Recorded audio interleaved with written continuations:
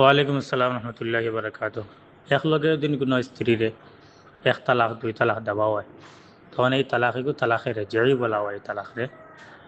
আর এই তালাকে রেজিউর হুকুম হইল গিয়া যেন ও মহিলার তিনটা বেমার মাহওয়ারি তিনটা ফারইবার আগে আগে এর ভিতরে স্বামীও যদি রেজত করিলেন তানোর মাত থাকি তাই যদি মানে ঘুরি যায়, আর স্ত্রীরা যদি কইলেন যে আমি আমার মাত থেকে ঘুরিলাম, কিবা তো শারীরিক সম্পর্ক যদি স্থাপন করিলেন অগুরে হয় রেজত।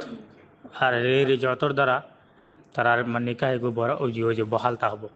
আর যদি ইদ্যত যদিন ফারিয়া যায় গিয়া তিনটা মাহবারে যদি ফারিয়া যায় গিয়া, তখন এই দুই তালাক এগু তালাকে বাইন হইয়া তারা নিকাহ এগু মানে বিচ্ছেদ করে দিব। পরবর্তী সময়ে যদি একলগে থাকতে যদি সাইন দয়র রেজামন্দির দ্বারা, তখন সাক্ষী ইত্যাদি করিয়া অনুষ্ঠিত করিয়া আপনার নতুন হিসাবে মোহরানা ধার্য করিয়া মানে নিকাহ করা হইব।